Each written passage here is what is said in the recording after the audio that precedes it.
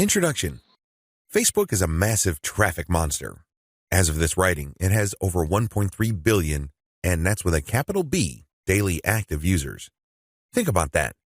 Over 1.3 billion people using the same website day after day. On top of this, it continues to grow. Also, when people are on Facebook, they pretty much stay there, and they view page after page of content. In fact, on a month-to-month basis, as of 2017, Facebook has slightly over 2 billion monthly active users. Of all Americans, 79% use Facebook at some level or another. If this wasn't impressive enough, the next platform that gets the highest percentage of American users is Instagram, which is owned by Facebook. Instagram clocks in at 32% of American usage. Among U.S. residents, 53% reportedly use Facebook several times a day. In terms of the world's total population, more than 22% of people on the planet use Facebook with some level of frequency. The point is, Facebook is a massive traffic monster. You really can't afford to miss out on Facebook and its marketing potential. If this wasn't impressive enough, wait, it gets even more mind-blowing. Once people log into Facebook, the system basically keeps tight surveillance on them. And the crazy thing is that this is all done with their permission. When you sign up for Facebook, there is a user license agreement that you must consent to. Unless you read the fine print, you wouldn't become fully aware that once you sign in, every like, comment, share, as well as pages that you liked and even ads that you clicked will be monitored by Facebook. It's as if by watching your behavior, Facebook can make educated guesses as to what your interests are and can then show you advertising that fits those interests. Sounds pretty fair, right? Well, this extends across the board. That's right. Every group you join as well as interactions on Messenger are monitored, tracked, and targeted by Facebook. This is not lightweight targeting, mind you. When it comes to fine laser targeting of demographic groups based on individual user behavior, nothing even comes close to Facebook. As awesome as these traffic statistics, advertising technologies, and promotion potential may be, I've got some bad news to report. Too many businesses still fail to fully leverage Facebook. This training teaches you the best ways to promote on Facebook. It also gives you step-by-step instructions so you can engage in Facebook marketing with a higher than average chance of success. 10 common Facebook marketing mistakes. There are very common marketing mistakes that even promotion veterans commit on Facebook. It seems like even the very best of us are not immune to these common mistakes. It's a good idea if you want to save a lot of time, effort, and money at this point to become aware of these mistakes. This will decrease the likelihood that you will probably commit these same errors. Starting off paid campaigns with a bang. Do not start off your paid campaigns with a bang. Start with a free campaign first. Build your audience organically. Get some consumer intelligence. Then you should have the information you need to put together an experimental paid marketing campaign. Start low and slow. The worst thing you can do is to jump in with a massive budget and absolutely no clue. Starting a paid campaign with an immature page. If your page is very new or there's really not that much engagement yet, you might want to hold off on a paid campaign. You simply don't have enough target audience profiling information to base a successful paid campaign on. Using mass content posters with discovery tools. Many marketers use some sort of one-size-fits-all mass promotions tool for Facebook. They would discover all sorts of Facebook groups and pages, and then they would use this tool to spam those areas. Don't do that. You're not doing your brand any favors when you do that. All you're really doing is you're spamming. It's only a matter of time until you get banned. Promoting direct affiliate links or direct sales page links. There's an old saying, you can lead a horse to water, but you can't make it drink. By the same token, you can get a lot of people on Facebook to click on your links, but don't expect them to convert once they go to that affiliate sales page or your own direct sales page. Why won't people buy? After all, they did click on your ad, right? Answer, they haven't been properly qualified. In many cases, they click out of curiosity. Maybe they clicked by mistake. Whatever the case, you still did not get a sale. Posting direct links is not the way to go. You have to build confidence. You have to build trust first. Pulling random content and curating them based solely on keywords. You can't be lazy and just set Facebook publication tools up to just pull any and all content from Facebook that has something to do with your keywords and then just blast them out. You're just spamming when you do that. You have to be very deliberate and careful regarding the kind of content, whether curated or not, that you will associate with your brand. Rotating and republishing the same content over and over again. Have you ever gone to a Facebook page and it seems like all the content got reposted over and over again within the same day? The idea behind this practice is that the more Facebook audience members see the content, the more likely they will click through. It looks like you're just spamming your page fans over and over again. Don't be surprised if they unlike your page. Wholesale optimization of ads. Another common rookie mistake on Facebook involves paid ads. If you notice that one of your ads is simply not performing, it's very tempting to just come up with a brand new ad by completely replacing the ad with something that looks totally different. When you do this, you really don't know which part of the new ad is succeeding or failing. You're basically taking shots in the dark. If your ad's performance improves, you don't know what caused the improvement. You have to have some sort of strategy or method that will enable you to track where the improvement in your click-through and, ultimately, your conversion rates are coming from. Simply swapping out ads in total or in whole doesn't really give you the data that you need to make effective decisions. Copy and paste competitor ad strategy. Some marketers are so lazy that they would just look at their competitors and essentially just copy their ads. Of course, they're not going to copy word for word, but they still end up failing. How come? Well, your competitor spends a tremendous amount of money optimizing the ads that they're showing. Their ads work. However, you won't get a competitive advantage if you copy them wholesale. You can't just copy somebody's ad without knowing what you're doing. Indeed, only a certain portion of your competitors' ads truly deliver results. If you don't know what you're doing, you don't know what portion that is, so you're basically taking a wild stab at your ad's design. You may be saying the wrong things at the right time, or you're saying the right things to the wrong people. You end up failing. Quitting paid marketing too early. Many rookie Facebook marketers have a one-time, big-time mindset. They've heard of how awesome Facebook traffic is, so they put together some hard-earned, precious capital to run an ad campaign. If the campaign doesn't work out according to their expectations, they're too quick to pull the plug and quit FB ads altogether. Just because things aren't working out, it doesn't mean that you have to pull the plug on the whole thing. You can stop certain campaigns and start new ones and operate with the same budget. You can make modifications of your existing campaigns. Failing like a huge train wreck. Have you ever seen a slow-motion train wreck? It's quite sad because it's all too predictable, but you can't turn your head and look the other way. You want to know what's coming next. You know, at the back of your head, what exactly is going to happen, but it's so slow, so massive, that you just can't help but look. Your Facebook marketing campaign can proceed the same way.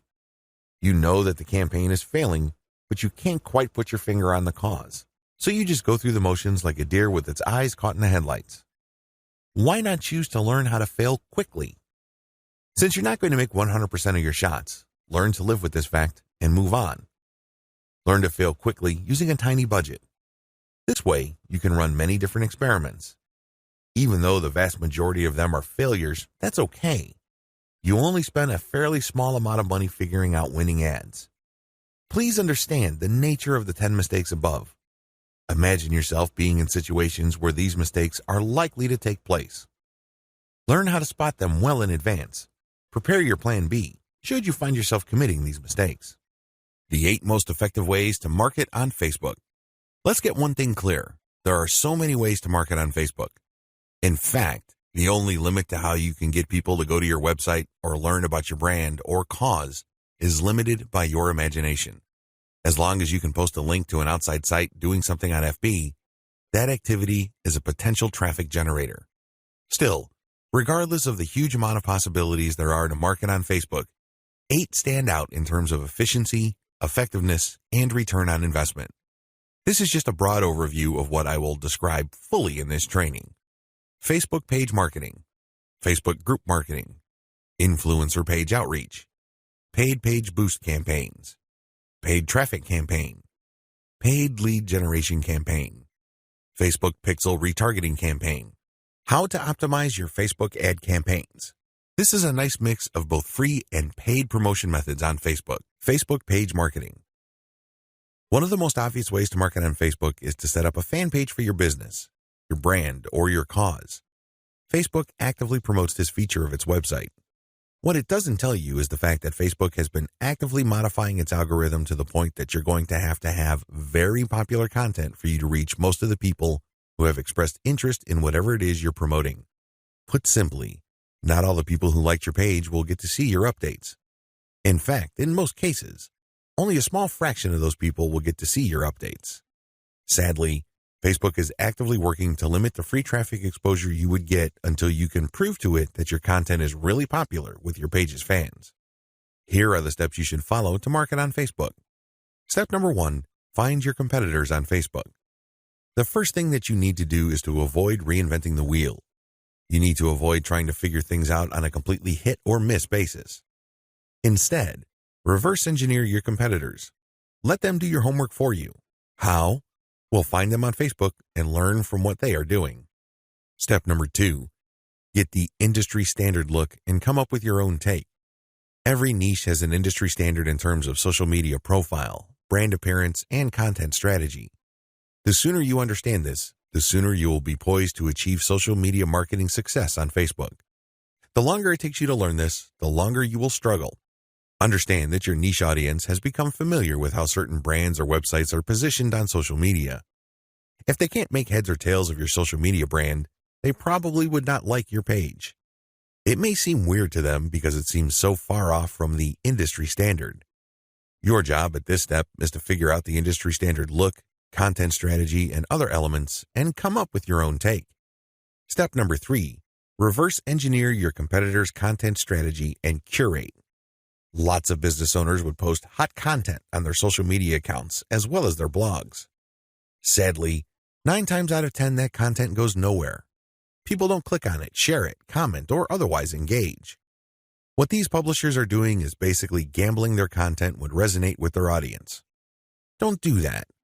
Instead, pay attention to what your competitors are doing and look for patterns. If you notice that your competitors keep sharing content regarding the same type of theme or topic, they may be onto something. They wouldn't waste all this time, effort, and energy talking about the same stuff over and over unless, of course, it connects to their audience at some level or another and produced results. Now, to verify this, look at how many times that piece of content got shared or liked. That should give you some sort of objective proof that this content actually resonates with your target audience members. When you reverse engineer your competitors, you are essentially copying their strategy to reach the same eyeballs that you're trying to reach. This also applies to content curation, where you take content that is published by other people and you promote it on your social media platform. This creates a win-win situation because you're not ripping off this content. You are copying the content's link, including a short commentary, and allowing people to click on the link. This creates a win-win situation. The publishers of this content get traffic. You get to build credibility because you're sharing information that your target audience members would actually be interested in, and this leads to the possibility that they would like your page. Once you have built up enough page likes, you can then start sharing your own content, which leads to direct traffic to your website. Step number 4, pick the best performing or most popular type of content and scale up. Post content for a few weeks. Keep publishing, and then look at the content that gets the most engagement. Which shared materials get the most likes, the most shares, the most comments? At some point, you're going to ignore other types of content and focus on the ones that perform the best. For example, if you have a Facebook page on Chihuahuas and you notice that third-party articles on Chihuahua houses get a lot of shares, likes, and comments, you might want to eliminate most other types of content and focus on Chihuahua houses because those get the most love from your audience. Step number 5, come up with your own version. Come up with your own version of winning content. For example, you know that Chihuahua houses get a lot of love and are very popular on your page. Come up with your own articles about that topic. These articles, of course, drive traffic directly to your blog or your online store.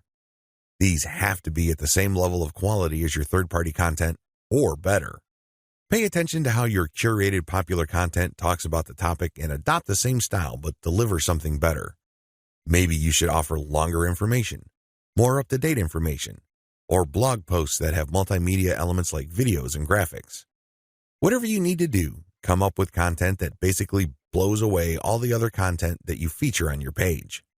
Step number 6, promotions, photo tagging by your users. This is a free promotion technique. Tell your page fans that you're going to give them some sort of digital freebie. Maybe it's a graphic badge. Maybe you're going to mention their name on a post. Maybe you're going to give them a free ebook or some sort of free software. Whatever the case may be, tell the people who like your page to tag their friends on photos that you're going to post. Now, these photos, of course, must draw attention to your brand, your website, or your Facebook page. You're not just having them tag a photo. This photo has to say something. It should be promotional in nature. The more photo tags you get, the higher the chance that you will get a lot more page likes and also clicks to your website from Facebook. The best news? You don't have to offer money. In fact, studies indicate that money offers aren't all that effective. It's much better to offer some sort of specialty graphic or digital goodie like a free book or booklet, or maybe a discount code. Step number 7, promotions. Comments by your users. Use the same rules as in step 6, but instead of photo tagging, get your page fans to post comments. It would also help tremendously if the comment includes the name of the people on the commenter's friends list. I leave it up to you how to craft this, but obviously, the more tags there are in the comments, and the more engaging the comments, the more popular your posts become. Step number 8, call your users to action. If you have people who have already liked your page, post occasional reminders to them that they should invite their friends. This works because birds of a feather flock together. Seriously, the main reason why you are friends with people in the first place is because they share roughly the same set of interests as you. People who share basically the same pool of interest tend to attract each other. Take advantage of this fact by calling your page fans to action so they can invite their friends. Step number 9, use insights to promote your page. As much as possible, I would go through step 1 to step 8 and master all steps before I go ahead with step 9. With step 9, you're going to be shelling out money to promote your page. After a couple of months, you can use Facebook's very robust audience profiling system called Insights to promote your page. You will know the right demographic, and you will also know the right posts and content to promote. Step number 10, boost your most popular content. Use Facebook's lookalike audience system to find people who are not currently fans of your page. This feature in Facebook's ad system enables you to reach new audiences who share roughly the same interests as the people who have already demonstrated an interest in your page. You're basically using Facebook's very powerful interest targeting system in terms of demographics and interests to get new eyeballs to your page. This can lead to more likes, which can lead to more readers of your content. From that point, you can then run targeted ads. Facebook group marketing. One of the most powerful ways to market on Facebook is through its group feature. Considering what's been going on with Facebook's algorithm for its Facebook pages, it's a good idea to have your own Facebook group as a backup. Although Facebook has been cutting back on the organic traffic it sends Facebook pages, it's still worth it to have a page because you get audience insights from it. Another great benefit of having a page is the fact that you can copy and paste content from that page to Facebook groups. When people see your content in a group, they not only see the content, but they can also see a like button. When they click that like button, you get a new Facebook page fan. The key benefit of having a Facebook group lies in visibility. Facebook has made it clear that they are tweaking their Facebook page to reward actual engagement. Apparently, Facebook groups are not as suppressed as Facebook pages. In terms of visibility, you stand to reach more of your group members than with the page. The problem with Facebook groups. While the visibility for a lot of people is quite good for Facebook groups, it depends on activity. If the individual group member is not all that active in your group, maybe the person isn't liking or commenting, they're not going to get as many notifications on their Facebook update section than somebody who is active. This is a big drawback. The vast majority of people who would join your own Facebook group are not going to be active. They're just there to read information. They're just there to sit back and check out what you have to offer. Here's how you promote using your own FB group. Create your own groups after your pages mature. The first thing that you need to know is that you should put up your Facebook group only after your page is matured. You want to know who your audience is on Facebook. You're not going to know that until you have a page up. Pay attention to the audience insights. The data set that you would get from that analytics portion of your Facebook management dashboard will let you know who to target. Once you have enough users, and this depends on your niche, you should then put up your group. Your group must be as identical as possible to your page. If you have a logo, put the same logo there. If you have some sort of motto, put the same motto or slogan there. The key here is to use your Facebook group as an extension of the brand that you're creating with your Facebook fan page. Give your group members a reason for coming back. This, of course, means original content or freshly curated content that you don't show on your Facebook fan page. You have to give people a reason for following you on as many different places on Facebook as possible. This, of course, boils down to premium content. Market to other groups. This is the most important part of Facebook group marketing, because if you were to just build your own group as a supplemental source of traffic for your page, you're probably not going to grow all that much. You have to go to other groups which have already done a good job attracting the eyeballs that you want to attract. There has to be a tight fit between these groups and your niche. Go to those places and become a credible poster. This means that you should refrain from just dumping the same content that you have on your page to these groups. Invest time in them to become a local expert or a credible authority. It doesn't take much. If you're the first person to always comment and your comments are always insightful or bring new information to the table, people sit up and pay attention. People can see that you are an asset to the community, and they are more likely to give you the benefit of the doubt when you share content that obviously comes from your page. Once you have established credibility, share your own page content. As I've mentioned above, these posts not only have content and your brand, but also a like button. This is a great way of getting page fans. Always engage. When people comment on what you post, reply. They might be haters, they might be critics, but it doesn't matter, reply anyway. This conditions the mind of your readers that you are approachable, accessible, and you actually want to help people out. If you just drop a link and take off immediately, you're a spammer. You're not a community member. You're obviously not somebody who's there to add to people's knowledge and bring value to their lives. My most important tip: after sharing high-quality third-party content that you do not share on your page in groups, pay close attention to your page's audience insight. Find your most popular piece of content. Look for third-party content that is similar to that and see if you get a lot of positive engagement when you share that material. If this pans out, then use content from your site that fits the same themes as the tried and proven popular content on the Facebook groups that you're in, and use those to get page likes. Influencer page outreach. Influencer page outreach really boils down to creating allies. In your niche, you are sure to have competitors. However, some of these competitors are open to cooperating with you. Many will not give you the time of day, but there are few who would see the strategic advantage of partnering up instead of competing. There are also other people on Facebook who have pages and who are not competitors with you. They may even have a lot of fans. Here's how you build alliances with influence leaders on FB. Step number 1, find competitors. The first thing that you need to do is look at your notes when you reverse engineered your competitors. These people are in the same niche as you. After all, you study them to get to the industry standard content strategy as well as page layout and design for your own Facebook page. Next, you should look for non-competitors who specialize in your niche. There should be quite a few of these. These are not merchants or ones who provide services. They're not competing for the same dollars as you. Instead, they cater to the same audience as you. Try to find as many of these as possible.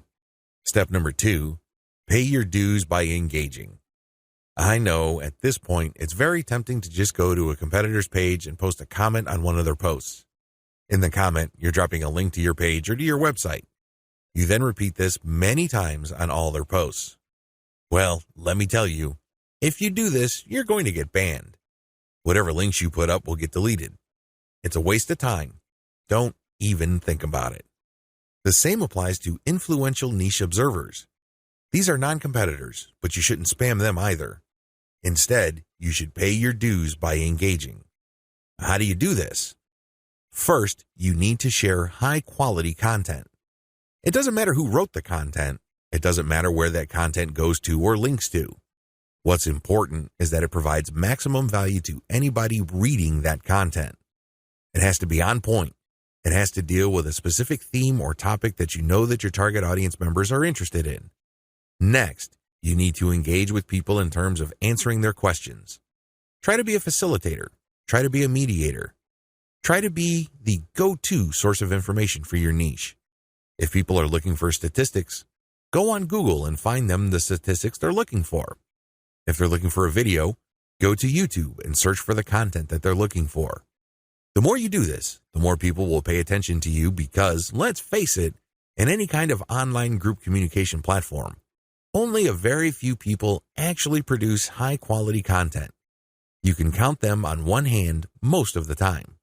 Everybody else is basically a leech. They take and take information, but they only give from time to time, if at all. Be that expert. Be that go-to resource. Another way you can engage is by asking questions. Now, these questions should not be very basic or dumb questions. Instead, they should be deep, insightful questions. You can also ask questions that try to tie many issues together. Many people are concerned about many different issues. When you ask questions that tie all these together, it can be very useful. You should also give feedback to people's responses. You have to do this in a respectful way. You cannot come off as a hater or somebody who's just plain negative. There is such a thing as constructive feedback. Remember, the name of the game here is to add value to the places that you're on. This means sharing information and enhancing information through proper questions and feedback. Step number 3, become credible, then reach out. At a certain point, people will start asking for you by name. People will try to reach out to you via Messenger. That's when you know that you have become an asset to these groups. That's when you know that you are on people's radars. You're not just this random person showing up every once in a while dropping a link. Instead, you're that person that helps keep these groups together. This is when you reach out. This is when you try to engage with the group admin. Usually, the best way to do this is when they engage with you. Maybe they mention your name, or they send you a message on Messenger.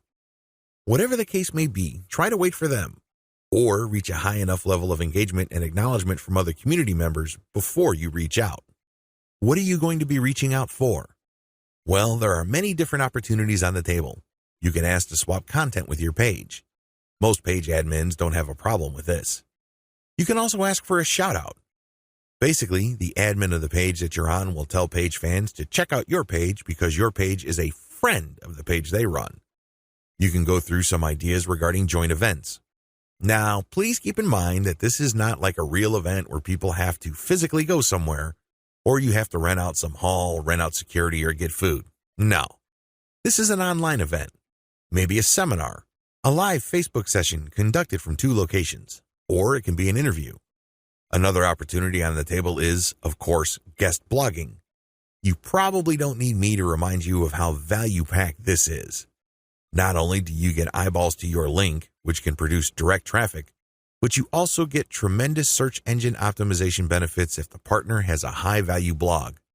You can also reach out for infographics. This means you create an infographic and you get the admin to post the infographic on their blog with a link back to you. Again, this boosts your SEO chances. Finally, you can collaborate on content. This is custom content intended for both your audiences. Regardless of how you cut it, influencer page outreach is a very powerful way to market on Facebook for absolutely free. Seriously, your only investment is your time. And what makes it so awesome is the fact that you are leveraging the hard-won credibility and authority of your partner. They've been there before. They put in the work and the time to develop a rapport and a solid brand with the people that follow them. When they give you a shout-out or they feature your content, or they co-host an event with you, they lend you some of their fame, which makes you credible. You're no longer some random stranger who came out of nowhere. Instead, people get this idea in their minds that if somebody they respect and admire recommends a new person, then I'll give that new person a shot. Maybe that new person is worthy of my admiration and respect. Building alliances with influential niche players is definitely worth doing. But please keep in mind that it does take time. However, if you are passionate about your niche and you view your Facebook marketing business as a real business, then this should not be a problem for you. Paid Page Boost Campaign. Another way you can get a lot of traffic from Facebook is by using a paid page boost. Basically, you are paying for the promotion of your page. This is different from a page post boost. You're not promoting the content of your page, you're promoting the page itself. This is a great way to get page likes and to broaden the statistical demographics of your page. And why is this important? Why is it a big deal that you get a broad statistical demographic snapshot of people truly interested in whatever it is you are promoting? You have to understand that Facebook works best when you target people by their interests. This is a bit tricky because if your page is statistically inaccurate as far as your niche is concerned, you probably would have a very faulty set of targeting parameters. You're not quite there when it comes to getting the interest of people you're trying to reach. This is why it's crucial that your page gets a truly honest snapshot of the range of interests as well as demographic information of the people who are actually interested in whatever you are promoting. This is hard to achieve if you are just promoting your page organically. Maybe you're not putting in that much time in getting the word out about your page. Perhaps you are just sharing the word on several groups that may not line up, demographically speaking, with your niche.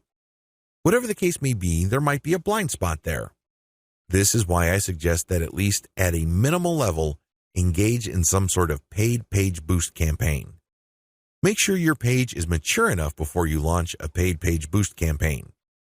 Make sure that your page has been around for a long enough time for it to build up enough user insight as well as engagement levels for you to accurately target the demographic you should begin with. This is important. If you're able to pull this off, then your demographics will help you run more successful campaigns involving your content or your direct traffic campaigns. These are campaigns that direct traffic from Facebook directly to your target website. You're going to do that primarily using a lookalike audience campaign. Make sure you're ready for a sponsored page ad buy. When you're buying a sponsored page ad campaign, make sure your page looks good. Make sure you're sending the right signals both in terms of graphics and text. You don't want to waste your money, so make sure that at least everything looks like it's ready to go. There has to be enough solid content on your page. This increases the likelihood that you will get a decent amount of page likes. Where does all this lead to? As I have mentioned above, if you get a lot of page likes, you will be able to target your intended audience better. In addition to that, you may be able to increase your reach because the more people that like your page, the bigger your base visibility becomes. If a lot of those people actively engage with your content, that percentage increases, but you're still dealing with the reality that your content will only reach a fairly small percentage of the people who have expressed interest in your content. When you increase the total amount of likes you get, you still have that same small percentage, but the raw numbers are bigger. Believe me, 10% of 100 is definitely going to be smaller than 10% of 100,000. Which position would you rather be in? This is why it's always a good idea to build up your page likes.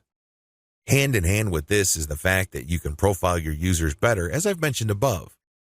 This higher level of profiling paired with better content management and targeting on your part can lead to more content visibility. How come? Well, your reach can increase because of higher engagement levels. If you pay attention to what kind of content people really like on your page, and you produce more of that content and you fine-tune it so people are more likely to engage with it, this can increase your organic reach. This makes your content more visible. What is engagement?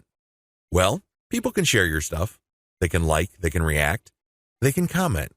Whatever the case may be, get them to do it. And the best way to do this, of course, is to make sure that the right people are attracted to your page and you put the right content in front of the right eyeballs. Unfortunately, this doesn't happen overnight. It is neither smooth nor easy. It's one of those things that you figure out on your own on a trial and error basis. But you do have powerful tools like Facebook's Audience Insights to see which content is resonating with your audience members. You can't just set this up and forget about it. You have to actively monitor it. You have to look for patterns. But the crucial ingredient to all of this is that your page gets enough likes. That's why you have to promote it at some point. Paid traffic campaigns. For this section, I'm defining paid traffic campaigns in two forms. I can pay to boost the post, or I can pay for direct traffic to my target website. Please note that I have presented this information in that order. Boost posts first, and then pay for direct traffic. There's a reason for this. If you don't master Facebook's traffic to your page posts, then it doesn't make sense to go directly to your target website. You probably are going to spend a tremendous amount of money, time, and effort only to have very little to show for all that. It's better to boost a post in a strategic way so you can understand what kind of content connects with your intended audience. You will then be able to drive traffic to your website. You're actually killing several birds with one stone. By focusing on boosting a post, you can get more page likes, You can get more branding opportunities, and you can also get click-throughs to your target website in the form of a content link. Here's how it works. Post boosts. First, target a lookalike audience based on your user insight demographic. In other words, Facebook is going to show your ad to a fresh set of users who share the same demographic details and interests as your current page fans. People with these similarities are more likely to like your content. You're not going to pay Facebook to show your post to people who have already liked your page. Instead, you are trying to get fresh eyeballs to your page posts. You do run quite a bit of risk. Existing audience post boosts. The next option you have available to you is to boost your post to people who have actually liked your page. These are your actual page fans. They know roughly what you're about. They like your content enough to like your page. They're expecting your content. Unfortunately, like I said earlier, Facebook only shows your content to a small fraction of people who liked your content. Unless your fans select see first when they like your page, Facebook will use its natural algorithm to select the initial group of eyeballs that will show your page content. If enough people engage with your content, then Facebook will show even more of your page fans to your content. However, it's never going to show it to 100% of your fans. That rarely happens. This is why it's a good idea to boost your post to reach more of the people who have liked your page. The upside to this is these are not virgins. They've seen your page. In fact, they've seen it and liked it so much that they have clicked the like button and want to see your content. At least you know that there is some sort of interest there. Still, please understand that while there is a certain degree of familiarity there, and this increases the chance that these people will actually engage with your content and possibly click through to your target site, that isn't exactly guaranteed. Existing audience plus their friends. As the old saying goes, birds of a feather flock together. Friends usually have shared interests. In fact, if you think about it hard enough, that's the main reason we became friends in the first place.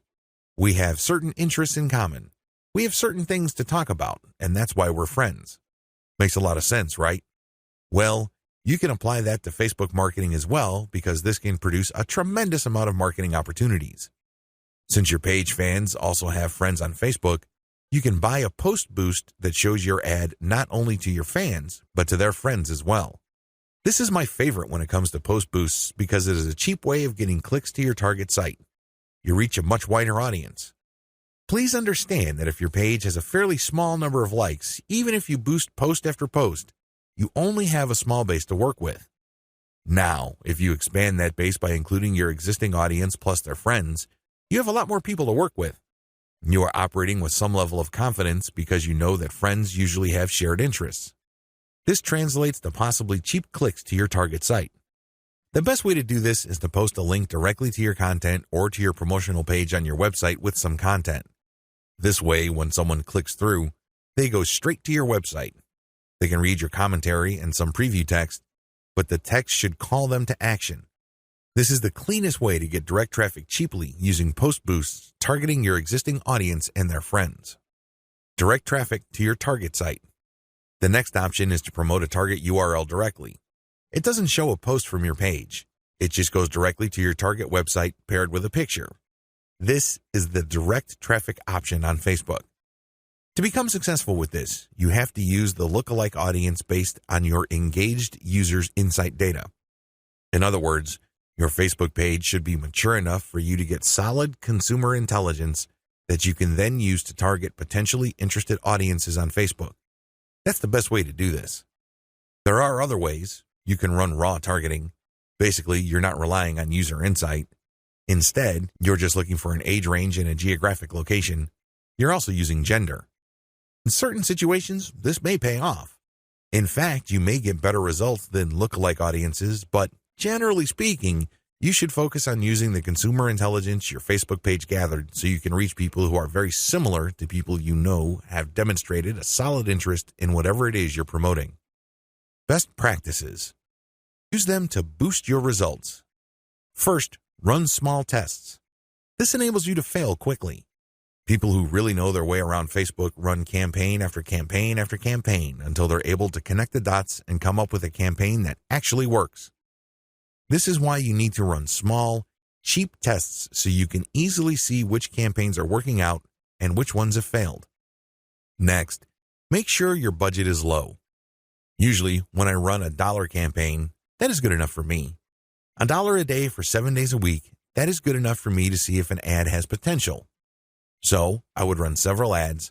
We're talking about $70 for 10 ads running at the same time. Third, focus on what works.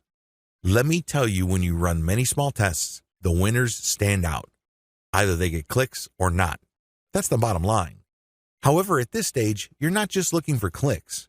You're not just looking for an ad campaign that gets a lot of attention. Instead, you're also going to look for an ad campaign that actually delivers conversions. You're going to have to set up your Facebook pixel to your target website so you can track whether traffic from Facebook went all the way through. I'm not just talking about traffic produced when people click on your link and they go to a content page and they leave.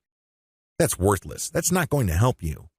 That traffic has to go to the content page, go to the sales page, and eventually make it to the shopping cart.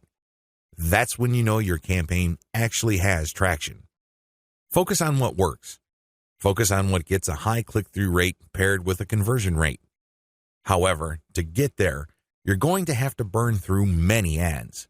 This is not going to jump out at you. It's not going to be obvious. It's not going to be easy. Once you have identified that ad and you've fine-tuned it, then scale it up. That's how this works. Basically, you focus on what works and then pour real money into it. Paid lead generation campaigns. Did you know that on Facebook you can collect email?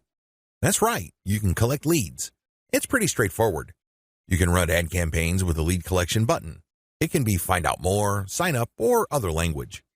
Regardless, if you're running this type of campaign, it must be highly targeted. It's really important that your targeting is spot on.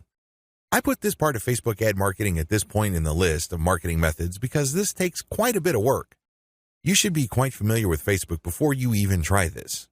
You should know your way around Facebook's ad system before you engage in paid lead generation because it can get quite expensive. If your ad doesn't get many clicks or it's super finely targeted, you don't really have that many people to work with, and this can drive up your costs. You have to know how to optimize your ad campaigns on Facebook for this to make sense. You can optimize on many levels. There are 3 levels you can optimize. Level 1, you can tweak the freebie you're giving away. This is the free stuff that you're giving away, so people are motivated to enter their email address into your form. Maybe you're giving away free membership access. Perhaps you're giving away a booklet or a book or a report, a set of templates, a set of graphics, possibly even giving away software or a mobile app. Whatever the case may be, you are giving out freebies, and you need to optimize these. What I mean by that is the freebie that you give must motivate the most people in your target audience to sign up for your mailing list. This is not easy. You cannot assume that just because you think that your booklet is awesome or is the next best thing since sliced bread, doesn't automatically mean people will agree with you. It doesn't work that way. You may have to switch from one freebie to the other until you get a high enough sign-up rate that would tell you that the freebie that you have selected is the right one. Thankfully, this is fairly easy to do with Facebook. You basically run different ads that offer different premiums. Level 2. Level 2 optimization focuses on optimizing your ad copy. As I've mentioned above, lead generation campaigns on Facebook can and do get very expensive. It seems like you're doing all this for basically a handful of emails. This is why it's really important to make sure that you run a fully optimized campaign to get the most results. How do you do this? Well, you optimize your ad copy on an elemental level. Still, I want you to get a heads up this early on regarding the amount of optimization that you would have to do. It is quite intensive. You can't leave things at a surface level. That's just not going to work. Level 3. Level 3 involves optimizing based on conversions. When people click on your Learn More or Sign Up button, they're shown a form. You're going to have to keep tweaking that form to say what it needs to say to convert as much of your traffic into list members as much as possible. This takes quite a bit of time and attention to detail. Again, you have to run these experiments while minimizing your costs. Once you find out something that works, optimize it to increase its level of conversion. Once you have picked a winner that cannot be optimized any further in terms of conversion rate improvements, that's when you scale up. That's when you pour in the dollars to reach as many people as possible to boost your mailing list sign-up. Facebook Pixel Retargeting Campaign. Facebook enables you to put their tracking pixel on your website. It will then track when people go on your site. If people end up at your shopping cart, for example, you can then run an ad reminding people about your site or reminding people about the products that they almost bought. They see these ads on Facebook. Whatever the case may be, Facebook pixel retargeting gives you another bite at the apple. One of the biggest problems with e-commerce is that prospective buyers abandon their shopping carts. A large chunk of these buyers simply decide at the last minute or at some point in the buying process to dump their shopping cart. They don't follow through. This is where the retargeting campaign begins. It's basically a way of reminding people who have already expressed an interest in whatever it is you're offering to come back. If anything, you recycle traffic that you have gotten from Facebook. Another benefit of this technology is that it pulls traffic from Facebook that you did not get from it originally. For example, if you did an independent marketing campaign completely free of Facebook, but you put a Facebook retargeting pixel on your page, when people from that independent campaign, maybe it's a forum promotion or search engine optimization or another social media platform or whatever source, go back to Facebook to check their accounts, your ad will show up. Sounds awesome, right? These are all possible through a Facebook pixel retargeting campaign. There are 2 steps to it, and it's pretty straightforward. Install Facebook Pixel on your website. The first thing that you need to do is to install the Facebook tracking pixel on your site. To do this, you just go to Facebook's business section and look for their pixels instructions. It's pretty straightforward. Even if you're using WordPress as your content management system, installing Facebook Pixel is a breeze. Next, you need to make sure that you drive traffic to your site. This means that you have to let traffic flow to your site for quite some time before you launch a retargeting campaign. It's not a good idea to launch a campaign as quickly as possible. You have to have enough targeting pixels installed in people's browsers for this to make sense. Otherwise, there are just not enough people to work with. Now, keep in mind that if you are in a niche that has generally low traffic levels, then you would have to conduct your campaign even though the overall traffic flow to your website is fairly low. Run ads on Facebook for retargeting. The ads that you're going to run for Facebook pixel retargeting are going to be a bit different from the normal boosted posts or picture links that you run on Facebook. Instead, these are going to try to achieve 2 things. You can remind people about what they did. Maybe they wanted to buy something, but they changed their mind at the last minute. Perhaps they were reading some sort of conversion article and were about to enter their email address, but they didn't. Whatever the case may be, you're reminding them to come back to what they were doing before. The other thing that you can do with your Facebook pixel retargeting campaign is to pull people deeper into your website. Usually, a website is composed of 2 parts. The first layer is the content layer, meaning you're trying to get people to know about the problem, like your particular solution, and eventually trust the solution enough so they can buy. The other part, of course, is pretty straightforward. It's all about buying. But there's a complication. A lot of people would go through the content layers, but they never make it through to the actual buying part. They never make it to your conversion page. This is where retargeting ads that pull people deeper into your website makes a lot of sense. For whatever reason, somebody reading an article on your site decides to close the window and get out of your site. You can run ads that tell them about content, but another piece of content that is related to what they were reading before. This pushes them further down the conversion funnel. Alternatively, you can run an ad that promotes your conversion page. Basically, what you're saying to the prospect is you've figured out what my website is about, and you have a clear understanding of what I have to offer. Maximizing your results from Facebook pixel retargeting. I suggest that if you want to maximize the results you get from retargeting, promote your squeeze page. That's right. Promote the page that recruits people to your mailing list. Usually there's some sort of freebie. There's usually some sort of book or booklet that you're giving away so people can enter their email address. Whatever the case may be, push the squeeze page.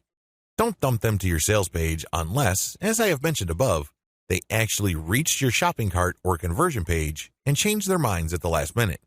That's pretty much the only situation where you should retarget showing an ad that goes directly to the conversion page. Other than that, convert them to sign up for your mailing list. It's your mailing list with its many chances at gaining attention, building trust, and gaining credibility, which will actually do the heavy lifting as far as converting that prospect into an actual sale. How to optimize your Facebook ad campaigns. Follow the steps below so you don't overthink things and make bad decisions when optimizing your FB ads. Reverse engineer your competitors and come up with a standard model. If you have a personal account, find your competitors and like their pages. Before you know it, you'll start seeing ads either from your competitors themselves or from businesses that are very similar to your competitors. Pay close attention to these ads. Reverse engineer them to find the standard model for these ads. In other words, go through as many of these ads as possible and get a clear understanding of what kind of pictures, headlines, and text they use. Also, if they are mostly promoting posts, pay attention to that. Whatever the case may be, look at what they're doing and see common patterns. Focus on the most commonly used strategies because this gives you the industry standard model. Don't get sidetracked by ads that seem so different, so new or so innovative, because if they are so different from the industry standard model, they're outliers. There's a high chance that those ads do not convert. Come up with your own version and test with a low budget. Test with a low budget. You don't want to burn through a tremendous amount of cash during the testing process. There will be a time and place for you to get crazy with the budget, but now is not the time. Create variations and test. Now that you have come up with your own version of the standard model, create variations of it and then run low-budget tests. Do not do this randomly. Do not do this based on your feelings or impulses. Instead, you have to follow certain rules on how to create variations. Otherwise, you wouldn't know which part of the ad accounts for its greater success. I've seen this happen many times. In fact, I've committed this mistake before. I would take an ad and test it. I would notice that it's not getting that many clicks, so I'd change half of the ad. Maybe I change the picture and then the headline, or I would change the heading and the description. Whatever the case may be, I would change half of the ad, and sure enough, it would improve. But when I try to improve things again by changing the other half of the ad, it falls apart. You want to establish a way of effectively tracking which changes accounted for which improvement. By using this method, you can optimize parts that work to reach peak convertibility and then work on the other elements of the ad that could use some improvement. However, you have to do this in a systematic way. I've described this in the section below. Pick the winner and make further variations. Now that you have made variations of the original and you ran a test, there will be at least one winner. It gets the most clicks and conversions. Make variations of it and you run the test again. Keep testing until you find the ad that delivers the best return on investment. The end of this process is pretty straightforward. You keep making variations and you keep testing on the cheap until you find an ad that delivers the best ROI. In other words, it delivers the most conversions while costing very little money. I know it sounds like a fantasy at this point, but it is doable with testing. Scale up. Increase your ad budget to your winning ad to pump a massive amount of traffic to it. You should only do this when you are dead sure that you have a winning ad on your hands. In other words, you have tested it rigorously and have optimized it to the point that it cannot improve its conversion rate any further. That's when it's ready to go big time. Make sure you optimize on an elemental level. The big problem with the ad optimization method I described above is how do you know which part of the ad to change up? How do you know which part of the ad to optimize? Wholesale variations do not work. You can't just take an ad, see that it doesn't work, replace it with a completely different ad, see that it doesn't work, and then repeat that process. Even if you're spending very little money, it still burns a tremendous amount of time, effort, and opportunities. You need to have a better way to turbocharge your results. Vary on an element-by-element basis. I would take an ad, and I would restrict my optimization to a specific element of that ad.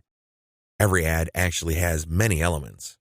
There's the graphics, the heading, the description, the link. I would start with one element, and I will come up with different versions. The most obvious part is the picture. So I'd play around with the different pictures and see which gets the most clicks. I would then come up with a variation of that picture and see if I can improve my click-through rate. Again, I'm spending very little money here. I just want to see an improvement in click-through rate for that element that I'm varying. Once I have reached a plateau and I can't improve any more on that element, I would then switch to another element. For example, if I'm running a campaign for dog food and I notice that my best performing picture after a series of variations is a picture of a chihuahua that seems to be smiling, I will keep that picture, but then I will then switch to the next element of the ad, which is the headline. I would then keep varying the headline to see if I can improve the conversion rate of that ad. Once I've reached the ceiling or a plateau for improvements in conversions due to headline changes, I then move to the description. Do you see how this works? You know that you have to vary an element if you keep picking the winning variation. You do this with small tests until the whole ad is optimized. After all elements have been optimized, scale up your ad buy. Once I've gotten an ad that converts much better than its original form, and I've gone through all the elements, now is the time to scale up. This is where I pour quite a large amount of cash into my Facebook ad campaign to boost traffic. Conclusion. Facebook marketing is a lot of fun because there are a lot of things to discover, but it can also get very expensive if you don't know what you're doing. Follow the 8 proven promotion methods covered in this training so you can start your Facebook promotion campaign on a solid path to success.